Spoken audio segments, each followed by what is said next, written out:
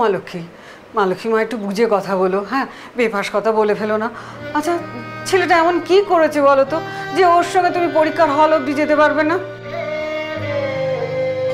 তোমার কাছে তো ক্ষমা চেয়েছে মা, তোমাকে তো ফিরিয়ে আনতেই গিয়েছিল, তুমি তারপরও এত রাগ করে আছো।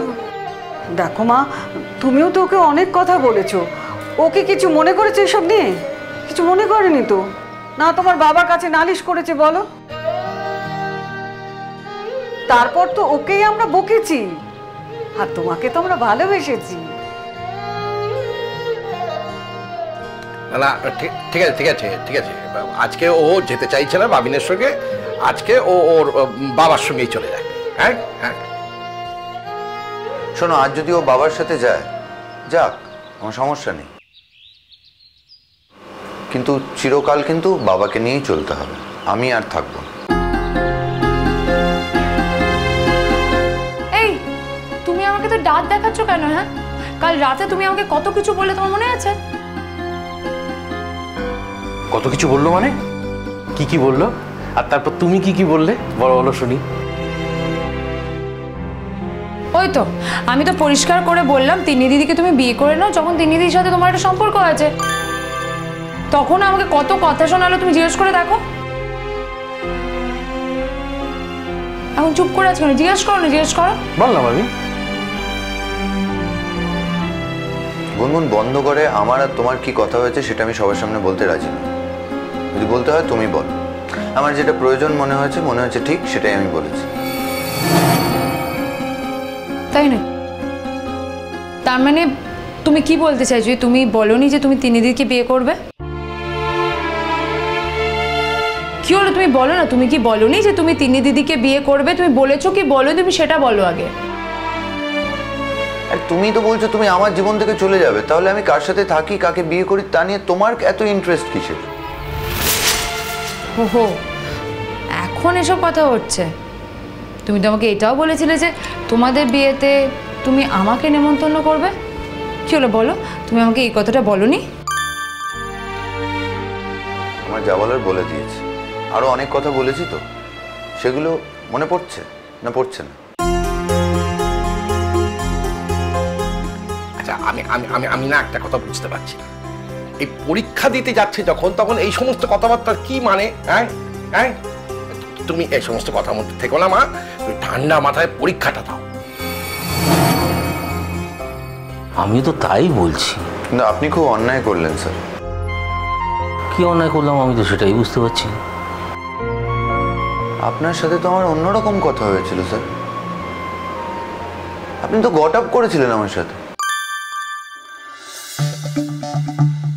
Got up? আমি তোমার সঙ্গে? কি সব বলছো তুমি? শুনুন আপনারা, ও বলছে আমি নাকি ওর সাথে গট আপ করেছিলাম। ও করেননি তাই বলছে। এটা কি হচ্ছে ভাবিন? একটা পিড়িতে তুললো মানুষ, তাকে বলছো গট আপ করেছে? আলবাত করেছেন। এই কি বলছো না, কিচ্ছু বুঝতে পারছি না। কি গট আপ করেছে ড্যাডি তোমার সাথে? কি গট আপ করেছে শুনি একটু। কৌশিকদা, কি কেসটা কি বলুন তো, কি হচ্ছেটা কি? হ্যাঁ, দাঁড়াও না, আর একটু দেখি, তারপর নিজেই ঝেড়ে কেসে দেবো। একটু দেখি।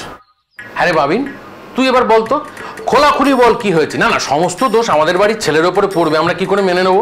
কৌশিকদা যখন বলতে চাইছেনই না ঠিক কি ঘটেছিল, তুই বল বাবি, তুই বল, আমরা জানি আসল সত্যিটা কি। হ্যাঁ, তাই তো, আমাদের তো এখন সবকিছু জানতে হবে বাবিন।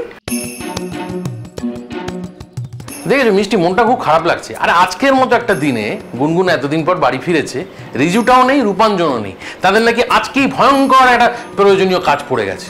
কোথায় গুনগুন এসছে, আমরা একটু হই হই করবো, আড্ডা মারবো। ও না, সামনে তো পরীক্ষা।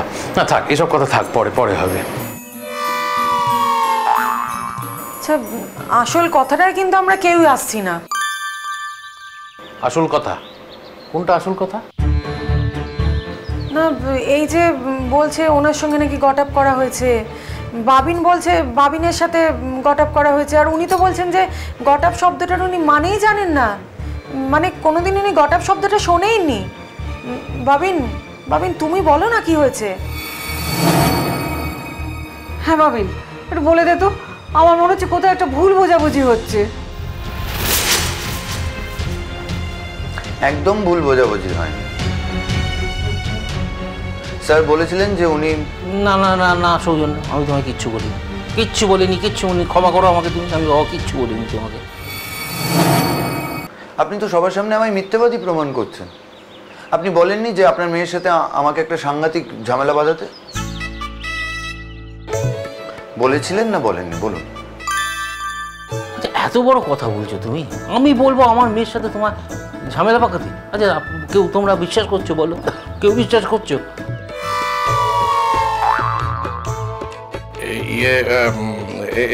এটা খুব একটা বিশ্বাসযোগ্য নয়, কিন্তু বাবিনও তো মিথ্যে কথা বলে না, খুব একটা বলে না।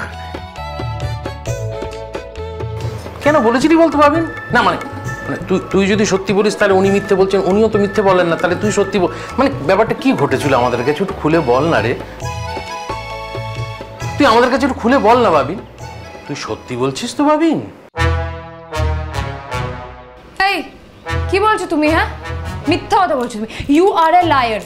ড্যাডির কোনো খেদে কাজ নেই না যে ড্যাডি তোমাকে বলবে যাও আমার মেয়ের সাথে গিয়ে ঝামেলা করো? ড্যাডি সবসময় চাই যাতে আমাদের ঝামেলা না হয়, আমাদের ঝামেলা যাদের সাথে থেমে যায়। আর অমনি তুমি যদি ড্যাডি তোমাকে বলেছে, কি বলছে?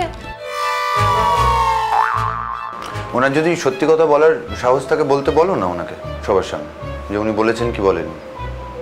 উনি তো আমায় বলেছিলেন যে গুনগুনের সাথে এমন একটা বড়সড় ঝামেলা ঝগড়া করো যাতে ও বাধ্য হয় বাপের বাড়ি চলে আসতে। এ মা সৌজন্য, জামাই তুমি আমার নামে বানিয়ে বানিয়ে এসব কথা বলছো? বানিয়ে বল, আরো অনেক কথা আছে। আরো আছে? হ্যাঁ নিশ্চয়ই আছে। যাকে যাকে বাবিন, উনি যখন এখন স্বীকার করতে চাইছেন না তখন ছেড়ে দে না। না না, তখন আমি কেন ছাড়বো? আমি তো নিজেকে মিথ্যাবাদী প্রমাণ করতে চাই না। আমি সত্যিটা বলবো, সত্যিটা ওনাকেও স্বীকার করতে হবে। উনি বলেছিলেন যে কিছুতেই আমার মেয়ে গ্র্যাজুয়েশন কমপ্লিট করতে পারবে না এই বাড়ি থেকে। এমন একটা ইস্যু, একটা ঝামেলা পাকাও যাতে যেভাবে হোক ও ওই বাড়ি ছেড়ে এই বাড়িতে চলে আসে। উনিও বলেছিলেন যে বাড়ির লোকের সাথে ঝামেলা করলে কোনো লাভ হবে না, আমার মেয়ে একমাত্র যদি কেউ ওকে অবিশ্বাস করে তাহলে ও সহ্য করতে পারে না। এইটা করলে ও বাড়ি চলে আসবে। উনি আমায় বলেছিলেন যে আমি তোমায় এই ইনপুটটা দিলাম, এবার কিভাবে তুমি ব্যবহার করবে তোমার ব্যাপার। বলেননি আপনি স্যার?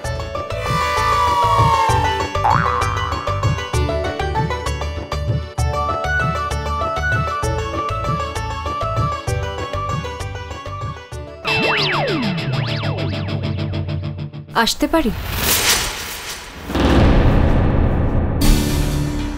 আরে তুমি এখন? এক্সট্রিমলি সরি, আজকে ফর্মটা সাইন করার লাস্ট ডেট ছিল, তুমি মনে হয় ভুলে গেছো। কোনো বেয়ারাকে দিয়ে পাঠিয়ে দিলেই হতো, মানে সেটাই তো স্বাভাবিক, সেটাই তো দেখে এসেছি এতদিন। কোনো কলিগ বাড়ি বয়ে চলে আসছে ফর্ম সই করাতে, এটা একটু অস্বাভাবিক না? সেই কলিগের যদি একই সঙ্গে যাওয়ার কথা থাকে তাহলে তো তাকেই আসতে হবে। এখানে তো সৌজন্যদার সাথে আমার যাওয়াটাও জড়িয়ে আছে। মানে আমি যখন তোমাকে জিজ্ঞেস করেছিলাম তখন তুমি জাস্ট বলেছিলে যেতেও পারে, তুমি তো আমাকে কখনো কনফার্ম করেনি যে ও যাচ্ছে, সব যাওয়ার ব্যবস্থাও হয়ে গেছে।